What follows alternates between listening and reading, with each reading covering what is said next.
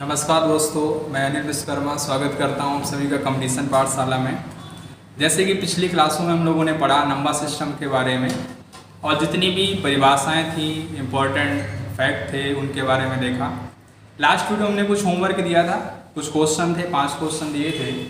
हालांकि सभी के लगभग सही जवाब कमेंट बॉक्स में आए हुए हैं, तो उनको पहले मैच कराते हैं, फिर आगे देखते हैं। पहला क्वेश्चन था पाई कैसी संख्या है। तो जैसा कि हमने बताया था कि पाई एक अपरिमेय संख्या है, इरेशनल नंबर है। तो ऑप्शन के अकॉर्डिंग जो हमने दिया था, तो ऑप्शन नंबर इसके लिए बी सही होगा। दूसरा क्वेश्चन था किन्हीं दो परिमेय संख्याओं के बीच में, यानी कि बताना था क्या है, तो कोई भी दो परिमेय संख्याएं अगर हम लेंगे तो परिमेय संख्याओं के बीच में ढेर सारी परिमेय संख्याएं होती हैं। जैसा कि परिमेय संख्या में हमने बताया कि वे संख्याएं जिनको p/q के रूप में लिखा जा सके उनको परिमेय संख्याएं बोलते हैं। लेकिन और भी बॉन्ड था कि p और q पूर्णांक होने चाहिए और q का मान 0 के बराबर नहीं होना चाहिए। तो इसमें से जो क्वेश्चन में पूछा गया था कि किन्हीं दो परिमेय संख्याओं के बीच में कितनी परिमेय संख्याएं होंगी, तो कोई भी दो परिमेय संख्याएं होंगी तो उनके बीच में अनंत परिमेय संख्याएं होंगी। तो दूसरे का जो ऑप्शन आएगा वो सी नंबर आ जाएगा। तीसरा क्वेश्चन था एक अभाज्य संख्या होती है, तो अभाज्य संख्या कैसी होती है। ऑप्शन के अकॉर्डिंग सम संख्या लिखा हुआ है, विषम संख्या, संयुक्त संख्या।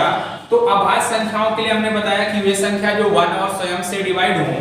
सबसे छोटी अभाज्य संख्या 2 थी, इसके बाद 3, 5, 7 डॉट डॉट ऐसे रखते। तो जो अभाज्य संख्या है वो अगर हम देखें तो सम संख्या भी हमको मिल रही थी, इवन नंबर भी था, और 3, 5, 7 ऑड नंबर भी लिखा हुआ है। तो जो अभाज्य संख्या है वो सम भी हो सकती है, विषम भी हो सकती है, लेकिन संयुक्त नहीं होगी। इस तरह से ऑप्शन अगर हम देखेंगे तो ऑप्शन नंबर डी आ जाएगा। इनमें से कोई नहीं, यानी कि सम संख्या प्रॉपर नहीं हो सकता है कि केवल हम सम संख्या बोल दें, विषम भी होगा, केवल विषम नहीं हो सकता है, दोनों होगा। तो इसमें से जो ऑप्शन आएगा वो डी नंबर आ जाएगा। 4 नंबर था निम्न में से पूर्णकालिक संख्याएं कौन सी थी। क्वेश्चन में पूर्णकालिक संख्याएं, तो पूर्णकालिक संख्याओं के बारे में बताया था कि वे संख्याएं जिनके गुणनखंड देखें तो स्वयं का मान हटा दो, बाकी उनके सभी गुणनखंडों का योगफल उसी संख्या के बराबर आना चाहिए। जैसे कि पहला ऑप्शन दिया था 8 लिखा हुआ है, तो अगर 8 के हम फैक्टर करेंगे तो 1 2 से डिवाइड होगा, 4 से डिवाइड होगा, स्वयं 8 से डिवाइड होगा, लेकिन स्वयं वाले को नहीं रखना है। तो इस तरह से हम टोटल देखेंगे इसका करके तो 7 आएगा, जो कि इस संख्या के बराबर नहीं है। तो ये पूर्णकालिक संख्या नहीं हो सकता है, परफेक्ट नंबर नहीं हो। दूसरा जबकि लिखा हुआ है 16 ऑप्शन दिया हुआ है, 16 के अगर हम फैक्टर करें या इसमें देखें किससे डिवाइड होगा तो 1 से होगा, 2 से, 4 से डिवाइड होगा, 8 से, और स्वयं 16 से आएगा। स्वयं का फैक्टर नहीं रखना है। टोटल अगर काउंट करें तो 8 4 12 2 14 1 15, 16 के बराबर नहीं आ रहा है, ये भी ऑप्शन नहीं होगा। तीसरा ऑप्शन जो दे रखा हुआ है 24 को अगर देखें किससे डिवाइड होगा, 1 से, 2 से, 3 से, 4, 6, 8 और 12। इसके बाद स्वयं से होगा, स्वयं को रखना नहीं हमने कहा। अब सबको टोटल करके देखते हैं, 12 8 20, 6 26, 4 30, 3 33, 2 35 और 1 36। जबकि पूर्णकालिक संख्या में उसी के टोटल बराबर आना चाहिए। यहाँ 24 है, वहां 36 है, ये नहीं हो सकता है, श्योर है। अब लास्ट डी बचा, यही आंसर होगा। फिर भी चेक कर लेते हैं 28 को देखें तो 1 से डिवाइड होगा, 2 से डिवाइड होगा, 4 से, 7 से डिवाइड होगा और 14 से डिवाइड होगा। 28 से होगा, स्वयं को रखना नहीं है। अब अगर इसको हम टोटल काउंट करें तो 14 7 21, 4 25, 2 27, 1 28 उसी संख्या के बराबर आ गया। इसका मतलब है कि ये पूर्णकालिक संख्या है, परफेक्ट नंबर होगा। तो ऑप्शन डी आ जाएगा 4 नंबर में। इसके बाद लास्ट का 5 नंबर, एक ऋणात्मक पूर्णांक अपने योगात्मक प्रतिलोम से बड़ा या कैसा होता है, इस तरह से इसमें बताना था। तो कोई भी ऋणात्मक पूर्णांक की अगर हम बात करेंगे, 5 नंबर यहां डाल देते हैं, तो माइनस का अगर पूर्णांक है, कोई भी माइनस की संख्या है, अगर उसका हम योगात्मक प्रतिलोम निकालेंगे तो चिन्ह बदल देंगे, तो इसका योगात्मक प्रतिलोम प्लस में आ जाएगा, योगात्मक प्रतिलोम प्लस में आ जाएगा।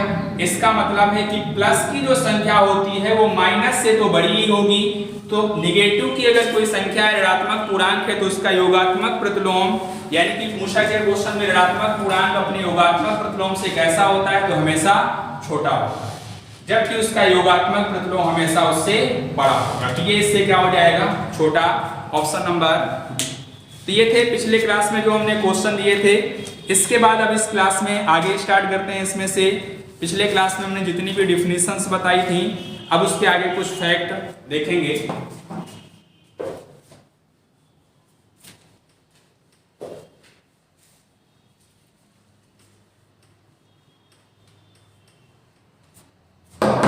सबसे पहले बात करेंगे यहां पर योगात्मक तत्सम।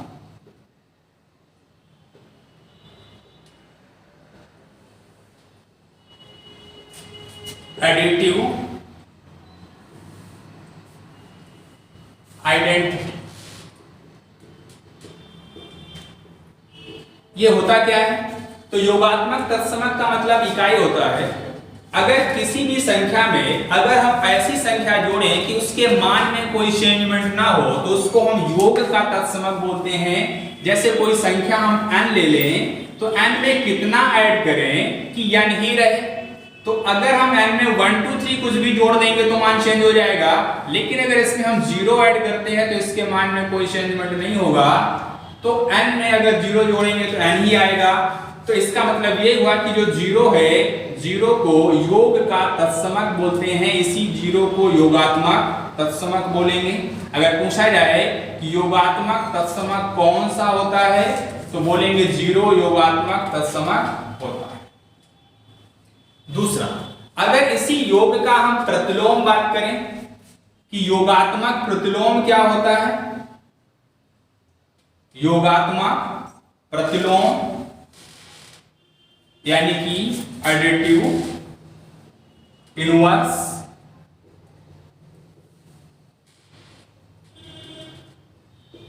तो योग का अगर हम उल्टा इनवर्स की बात करें तो योग का यानी कि ऋण हो जाएगा, माइनस हो जाएगा। जैसे हम कहते हैं कि कोई संख्या n लिखा हुआ है, n का योगात्मक प्रतिलोम बताओ क्या होगा, योगात्मक प्रतिलोम। तो योगात्मक प्रतिलोम का मतलब है कि जो भी संख्या लिखी है केवल उसके हमको चिन्ह को बदलना है। अगर वो प्लस होगा तो माइनस हो जाएगा, माइनस होगा तो प्लस हो जाएगा। जैसे n लिखा हुआ है प्लस का है तो माइनस हो जाएगा। यहीं पर अगर कहने की कोई संख्या लिख दें कि -3 का योगात्मक प्रतिलोम बताओ क्या आएगा, तो इसमें से हमको केवल चिन्ह बदलना होता है, तो माइनस है तो प्लस हो जाएगा, तो -3 का योगात्मक प्रतिलोम +3 हो जाएगा। इसी तरह से कोई भी फ्रैक्शनल पार्ट हो केवल हमको चिन्ह बदलना है। जैसे कहते हैं कि 4/7 का योगात्मक प्रतिलोम बताइए, योगात्मक प्रतिलोम क्या होगा, तो इसमें से हमको केवल चिन्ह बदलना है और कुछ नहीं करना है। ये प्लस का है तो माइनस कर देंगे तो -4/7 हो जाएगा, तो ये 4/7 का योगात्मक प्रतिलोम आ जाएगा -4/7। तो ये था योगात्मक से रिलेटेड। जैसे कि हमने बताया योगात्मक तत्समक का मतलब है कि ऐसी संख्या जिसको हम किसी संख्या में जोड़ें तो उसके मान में कोई चेंजमेंट ना हो और वो संख्या केवल 0 ही है, तो 0 को हम योगात्मक तत्समक बोलते हैं। इसके बाद योगात्मक प्रतिलोम क्या था, कोई भी संख्या उसके अगर हम चिन्ह को बदल देंगे तो उसका योगात्मक प्रतिलोम हो जाएगा, प्लस है तो माइनस हो जाएगा और माइनस है तो प्लस हो जाएगा। इसको नोट डाउन करिएगा।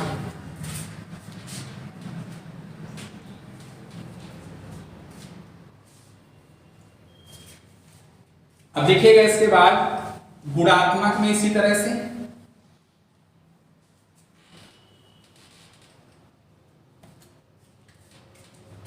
अगर बात करें गुणात्मक तत्समक क्या होता है,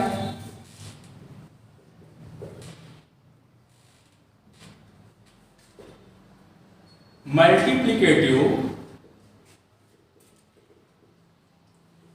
आइडेंटिटी।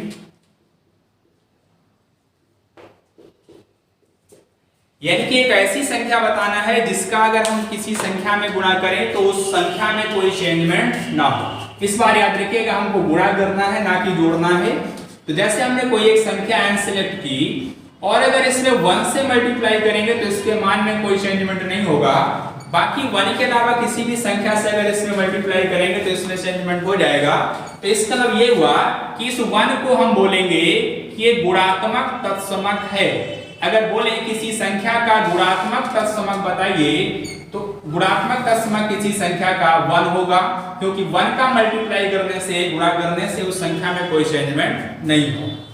इसी तरह से गुणात्मक अगर हम प्रतिलोम की बात करें,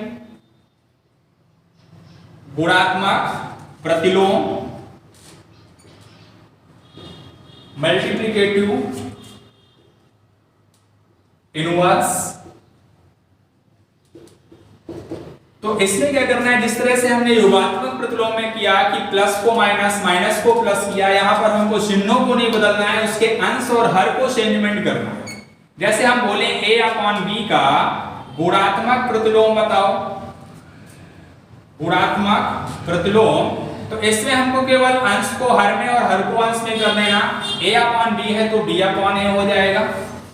चिन्हों को नहीं बदलिएगा, बस इतना याद रखिएगा। जैसे हम कहते हैं कि 3/11 का गुणात्मक प्रतिलोम कितना होगा, गुणात्मक प्रतिलोम क्या होगा, तो 3/11 है तो इसको कर देंगे 11/3। तो 3/11 का जो गुणात्मक प्रतिलोम आएगा वो 11/3। तो इस तरह से गुणात्मक प्रतिलोम, गुणात्मक तत्समक, योगात्मक प्रतिलोम, योगात्मक तत्समक, इनको समझना था, नोट डाउन कर लीजिएगा।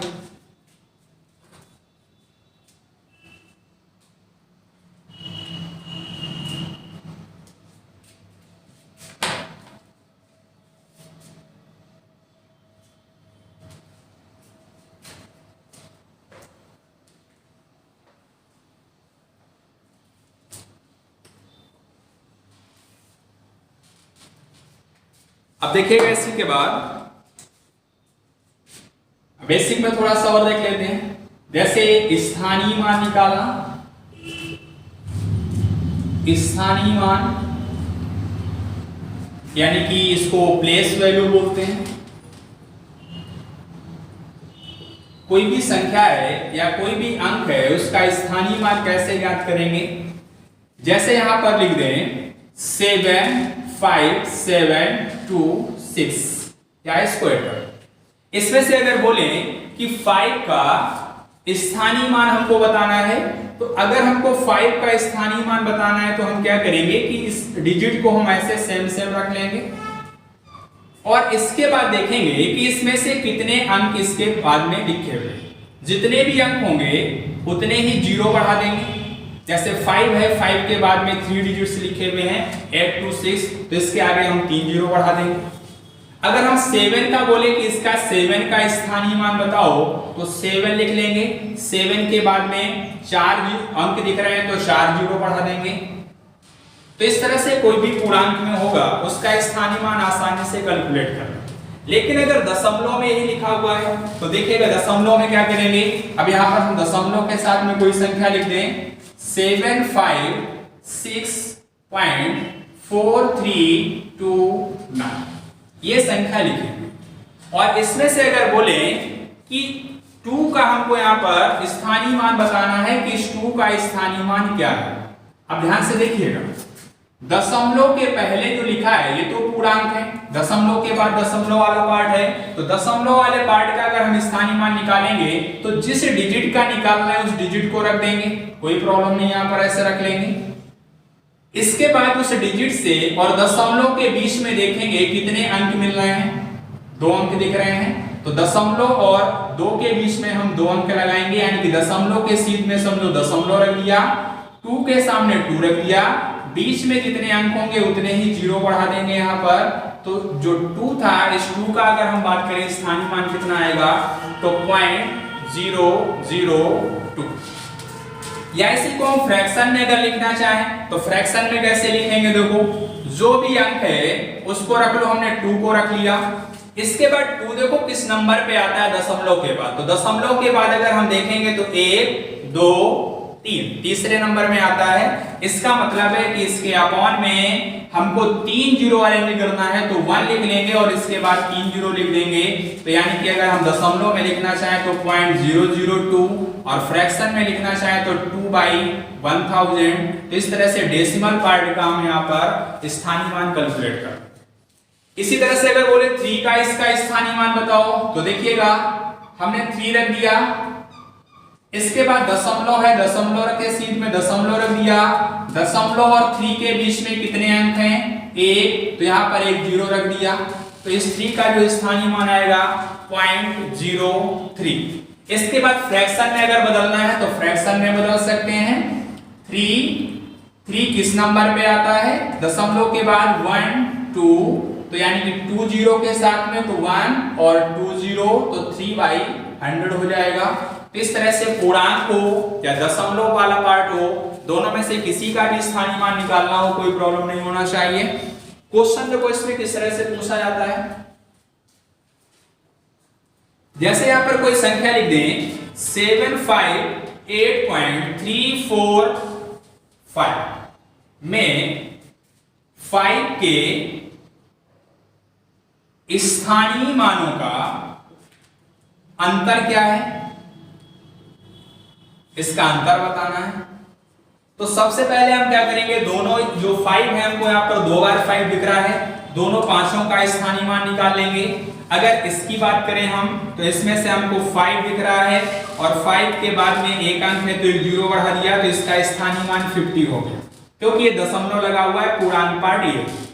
दूसरा ये 5 है और इस 5 में क्या करेंगे, इसके पहले देखो कितने अंक हैं, दशमलव तक 2 अंक हैं, 2 जीरो बढ़ा लेंगे और इसके बाद दशमलव लगा देंगे। तो इस 5 का जो स्थानीय मान आएगा 0.005। लेकिन क्वेश्चन में पूछा गया कि दोनों 5 अंक के स्थानीय मान निकालने के बाद उनका डिफरेंस निकालना है, अंतर निकालना है।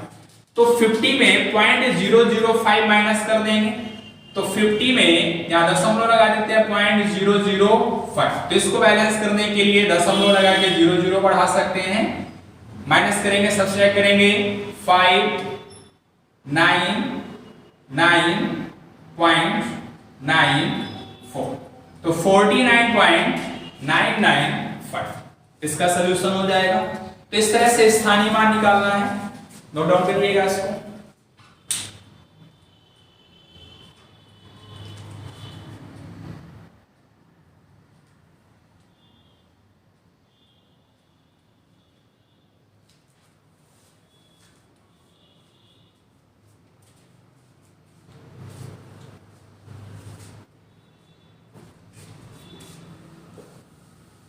अब इसमें से इसका दूसरा फैक्ट देखिएगा, जातीय मान।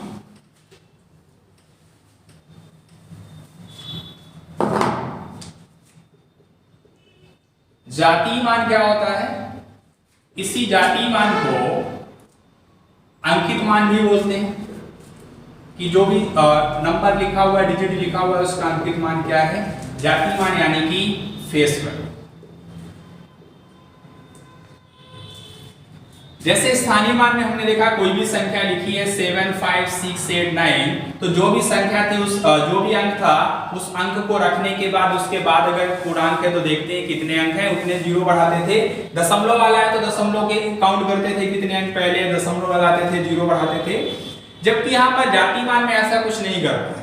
अगर हम बोले कि 7 5 6 8 9 में 5 का फेस वैल्यू कितना है, इसका जातीय मान कितना है, तो किसी भी डिजिट के लिए उसका फेस वैल्यू वही डिजिट होता है। अगर हम 5 का जातीय मान पूछ रहे हैं तो इसका जातीय मान भी क्या आएगा? 5 आएगा। 6 का अगर हम जातीय मान बोले तो 6 आएगा, 8 का बोले 8 आएगा। जो भी अंक होगा उसका जातीय मान फेस वैल्यू वही होगा, उसमें कोई चेंजमेंट नहीं होगा। और इसी जातीय मान को हमने कहा अंकित मान भी बोलते हैं। अगर हम बोले कि 5 का अंकित मान क्या है तो 5 होगा, 6 का अंकित मान क्या है 6 होगा, तो इसमें कोई चेंजमेंट नहीं होगा। अब जातीय मान और स्थानीय मान में कंबाइंड में क्वेश्चन पूछे जाते हैं। जैसे यहाँ पर जातीय मान और अंकित मान दोनों को अगर हम जातीय मान और स्थानीय मान दोनों को अगर यहाँ पर हम रिलेट करें, कोई संख्या लिख दें 7 9 4 6 8 में 9 के स्थानीय मान यानी कि प्लेस वैल्यू और जातीय मान यानी कि फेस वैल्यू में अंतर क्या है, अंतर बताना है। योग भी पूछ सकता है, कुछ भी पूछ सकता है।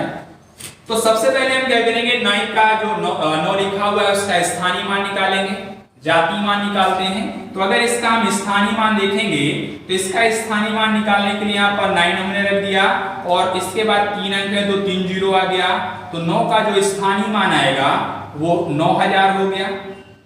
जब किसी का अगर हम जातीय मान देखें, जातीय मान क्या आएगा, तो किसी भी अंक का जातीय मान वही अंक होता है। जैसे 9 के बारे में हमने कहा तो 9 का जो जातीय मान आएगा वो 9 ही आएगा। इसके बाद कह रहा है दोनों का अंतर क्या है, तो घटा देंगे, यहाँ पर 1 आएगा, 9 9 8। तो इसका जो आंसर आ जाएगा 8 9 9 1। इस तरह से जातीय मान और स्थानीय मान से क्वेश्चन बनते हैं। हालांकि आगे एक्सरसाइज में भी देंगे, फिर भी नोट कर लीजिएगा।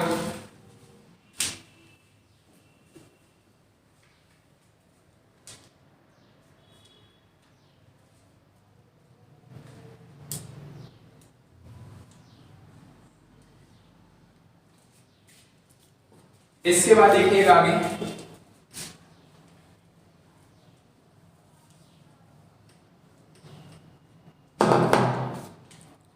संख्याओं में अगर हम बात करें पूर्ववर्ती और अनुवर्ती संख्याओं की। पूर्ववर्ती, जैसा कि वर्ड में लिखा है पूर्ववर्ती, पूर्व में आने वाली यानी कि पहले आने वाली संख्याएं, तो अगर उसके पहले आएंगी तो इसका मतलब है जिन संख्याओं में हम अगर एक को घटा दें तो उसका पूर्ववर्ती हमको प्राप्त हो जाएगा। यानी कि कोई भी संख्या लिखी है उसमें हमको 1 माइनस करना है तो पूर्ववर्ती आ जाएगा। इसी को प्रोसीडर नंबर भी बोलते हैं। जैसे कहते हैं कि 72 लिखा है, 72 का पूर्ववर्ती बताना है। इसका 72 के पहले क्या आता है, तो 72 के पहले क्या आएगा 71, या ये याद रखिएगा पूर्ववर्ती में हमको क्या करना है 1 माइनस करना है। तो 72 माइनस 1 71। जैसे कहते हैं कि 5 का पूर्ववर्ती बताइए, 5 का पूर्ववर्ती क्या है, तो इसमें क्या करना है हमको 5 में 1 लेस करना है, यानी कि 5 के पहले क्या आएगा 4। तो अगर हम प्राकृत संख्याओं की बात करें, जैसा कि शुरुआत के पहले ही वीडियो में हमने बताया था प्राकृत संख्याएं क्या होती हैं, 1 से लेकर के अनंत तक। अगर हम प्राकृत संख्याओं में बात करें, 1 से लेकर के अनंत तक की संख्याओं की बात करें, तो प्राकृत संख्या में 1 का पूर्ववर्ती नहीं हो सकता, क्योंकि अगर हम 1 का पूर्ववर्ती निकालेंगे तो 1 का पूर्ववर्ती एक घटाना पड़ेगा, इसमें 0 आ जाएगा।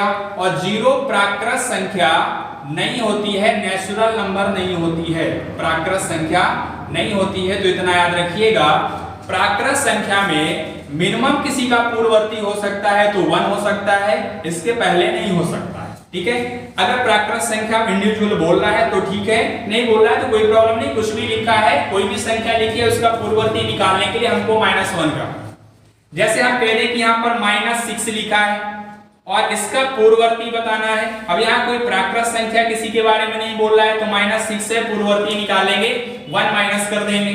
तो -6 ऑलरेडी ये माइनस का है और -1 और हो गया तो माइनस क्या हो गया 7।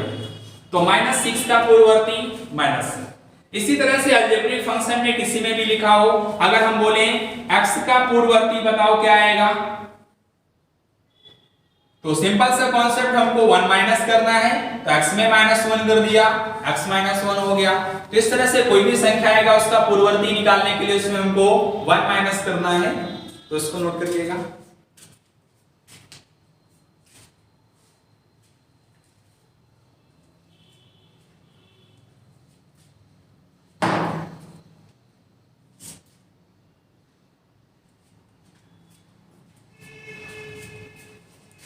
अब देखिएगा इसके बाद पूर्ववर्ती, ये तो पहले का हो गया। अब इसके बाद की संख्याएं जिसको उत्तरवर्ती बोलते हैं, उत्तरवर्ती, या इसी को अनुवर्ती भी बोलते हैं।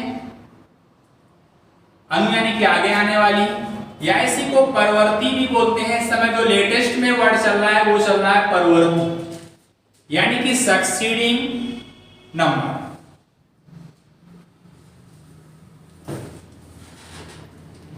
तो उत्तरवर्ती, अनुवर्ती, परवर्ती तीनों एक ही वर्ड हैं, और हमने कहा कि इनको अच्छे से याद रखिएगा।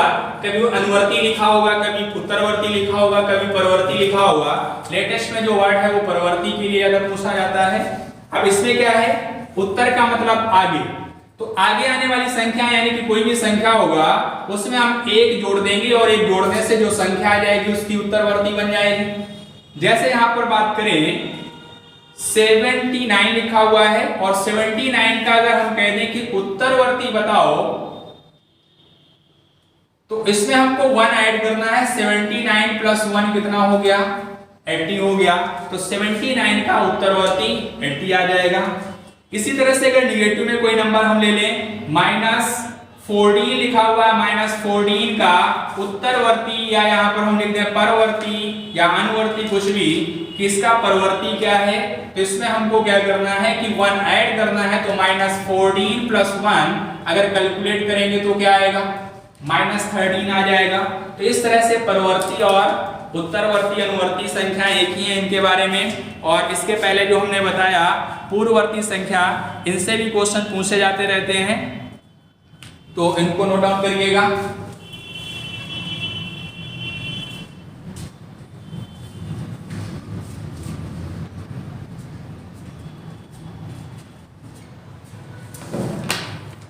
तो आज के लिए इतना ही रखते हैं।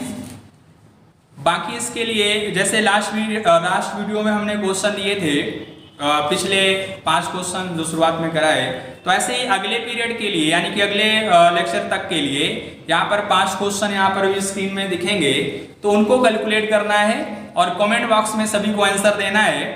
और कोशिश करिएगा किसी के गलत नहीं हो और सभी लोग उसका कमेंट बॉक्स में आंसर दें, ताकि हमको भी पता चले कि आप लोगों को कितना समझ में आ रहा है, क्या आ रहा है। ठीक है, बाकी जितना भी पढ़ाया जा रहा है उसको अच्छे से क्लियर करते जाइएगा ताकि आगे कोई प्रॉब्लम ना हो।